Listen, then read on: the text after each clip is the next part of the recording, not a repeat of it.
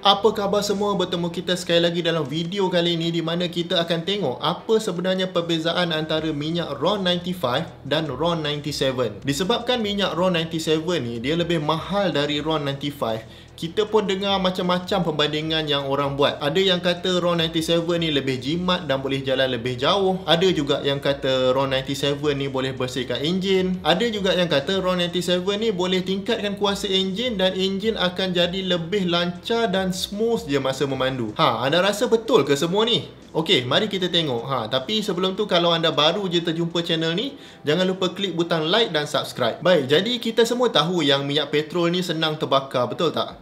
Tapi kalau dalam enjin, pembakaran petrol ni perlu dikawal dengan baik supaya tenaga yang ada dalam minyak tu dapat ditukar sebanyak mungkin untuk menggerakkan sebuah kenderaan. Jadi pembakaran dalam enjin ni dia macam letupan yang terkawal.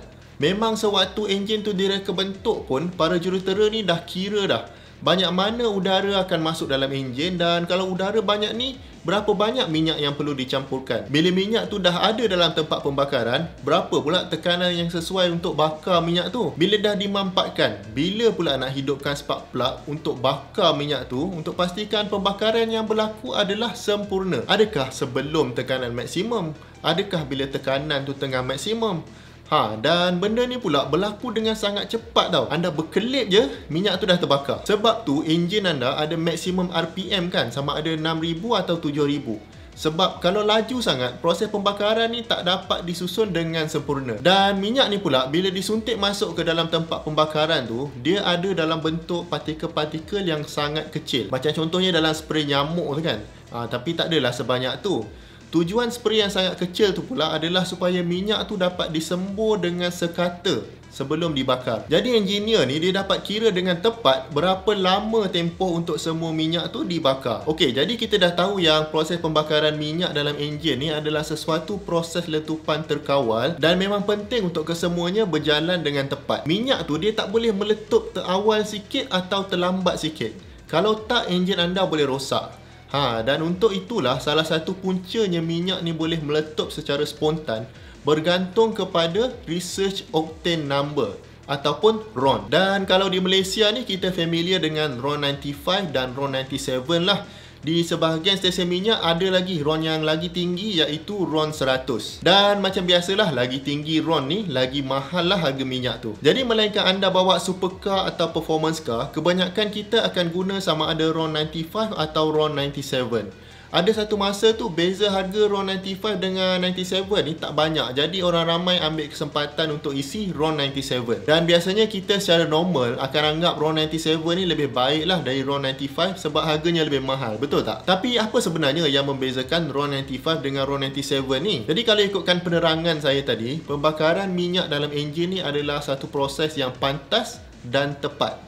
Pembakaran tu tak boleh terawal sikit dan tak boleh terlewat sikit. Dan disebabkan sebelum letupan berlaku, enjin ni akan mampatkan campuran udara dan minyak tu, suhu dan tekanan akan jadi sangat tinggi. Dan pada masa ni lah sangat penting untuk minyak ni tak terbakar sebelum kita nak dia terbakar. Tapi masalahnya pada suhu dan tekanan yang tinggi ni, ada kemungkinan yang minyak ni akan terbakar secara spontan.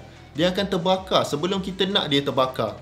Maksudnya dia terbakar terawal sikit. Jadi pembakaran tu dah tak tepat lagi dan timing yang engineer kira awal-awal tadi semua dah lari, dah tak betul dah. Cuba anda bayangkan masa enjin tengah mampatkan campuran udara dan minyak ni tiba-tiba terbakar. Ni enjin masih cuba nak mampatkan lagi ni. Jadi tenaga dari letupan tu dia akan bertembung dengan piston anda dan boleh merosakkan enjin anda kalau terlalu teruk. Fenomena pembakaran secara spontan akibat suhu dan tekanan yang tinggi ni biasa dipanggil sebagai knocking. Okey, sekarang kita dah tahu pasal knocking. Apa pula kena-mengena dengan RON 95 dan RON 97? Jadi di sinilah pentingnya perbezaan antara 95 dengan 97, di mana 97 ni lebih susah terbakar secara spontan berbanding RON 95. Oleh itu, lagi tinggi RON, lagi kuranglah kemungkinan berlakunya knocking dalam enjin anda.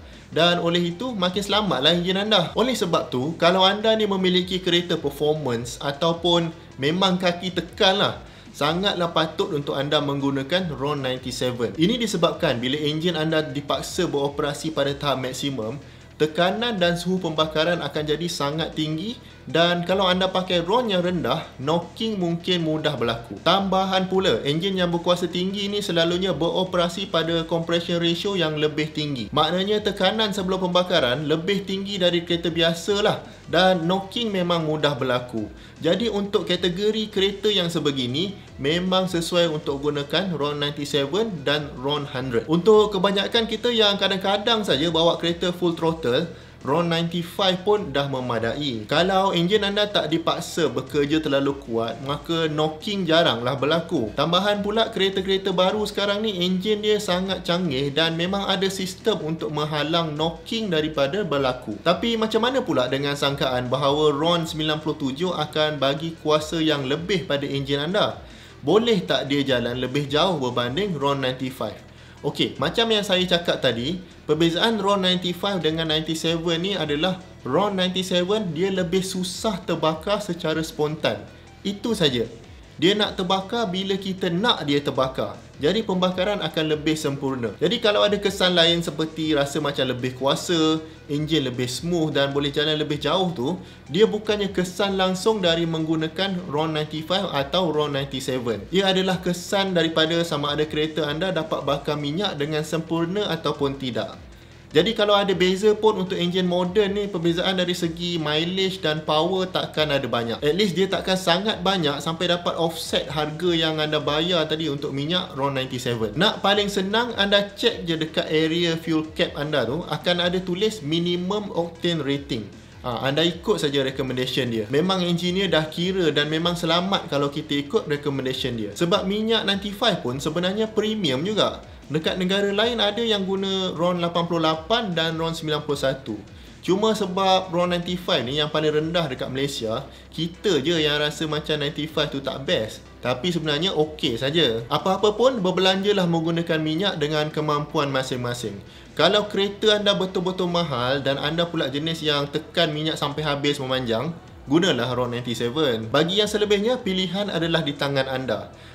Saya pernah jumpa seorang brother ni, dia kata dia pakai RON 95. Cuma kadang-kadang dia isi RON 100 untuk cuci enjin dia. Saya pun tak tahulah apa yang dia cuci tu. Tapi bagi saya, kalau ada duit dan mampu nak isi RON 100, apa salahnya? Bedal je lah. Kita sendiri akan dapat kepuasan sebab manjakan enjin kita, betul tak? Okey, kalau anda belajar something dari video ni dan kalau baru je terjumpa, bantu kami dengan klik butang like dan subscribe. Semoga berjumpa lagi dalam video yang akan datang. Assalamualaikum.